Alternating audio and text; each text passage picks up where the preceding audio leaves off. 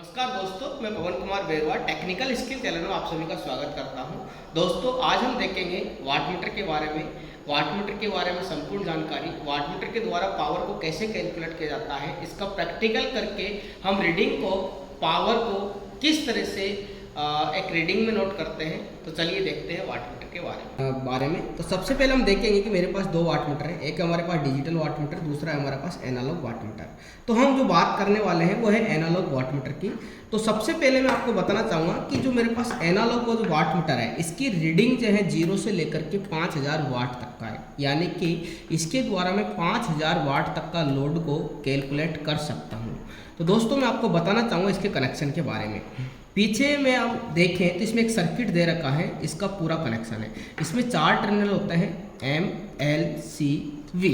जैसा कि सर्किट में दे रखा है, M और C को कॉमन करके उसमें M से क्या होता है कि हम सप्लाई मेन सप्लाई के रूप में इसमें दे देते हैं। दूसरा L जो होता है उसको हम आउटपुट में देते हैं लोड में, और V जो होता है वो कॉमन होता है न्यूट्रल, एक इनपुट में चला जाएगा, दूसरा आउटपुट में चला जाएगा।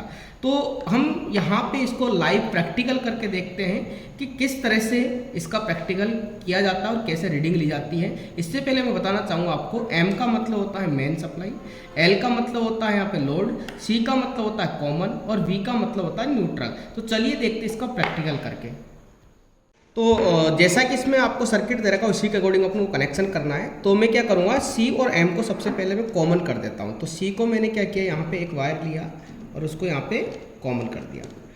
देखिए इस तरह से C और M को कॉमन कर देता हूँ। तो मैंने क्या किया, एक जो लोड सप्लाई है उसी को मैंने मेन सप्लाई को कॉमन किया, दोनों वायरों को, और इस तरह से एक स्क्रू लूँगा और इसको भी मैं क्या कर दूँगा, यहाँ पे मैंने कॉमन कर दिया।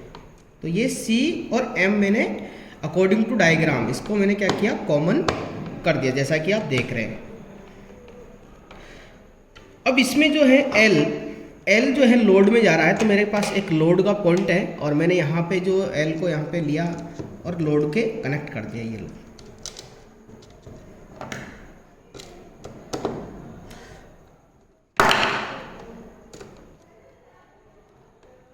अब मेरे पास जो M और C कॉमन हो गया है, L जो है लोड में चला गया है, M में से एक वायर निकला है, वो किस में चला गया, सप्लाई के अंदर चला गया है, मेन सप्लाई में। अब मेरे पास न्यूट्रल बचा जो V को यूज़ करेंगे, V पॉइंट जो इसको हम न्यूट्रल के लिए यूज़ करेंगे। और इसको भी हम क्या करेंगे, दोनों को कॉमन किया, एक हमारा इनपुट सप्लाई हो जाएगा तो दूसरा हमारा आउटपुट सप्लाई के लिए यूज हो जाएगा,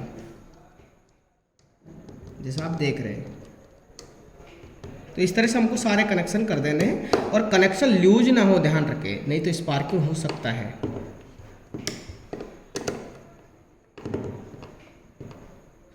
तो ये देखिए, जैसा कि हमारे डायग्राम के अकॉर्डिंग देखें तो M और C को मैंने क्या किया है, यहाँ पे कॉमन किया है, L को मैंने लोड से कनेक्ट किया है, V को अंदर मैंने एक न्यूट्रल लोड के अंदर दिया है, एक मेन सप्लाई में दिया है। तो ये मेरा हो गया मेन सप्लाई का पॉइंट, और ये दोनों जो जा रहे हैं लोड के अंदर कैलकुलेट। तो अब देखते हैं इसको लाइव प्रैक्टिकल करके। तो यहाँ पे कनेक्शन हमारा रेडी है, ठीक है। तो चलिए, तो जैसे ही मैं सप्लाई को ऑन करूँगा, तो सप्लाई को ऑन करने के बाद देखिए कि मेरा जो वाट मीटर है वो मुझे रीडिंग दिखा रहा है 2000 लगभग 1800 से 1900 वाट, ठीक है।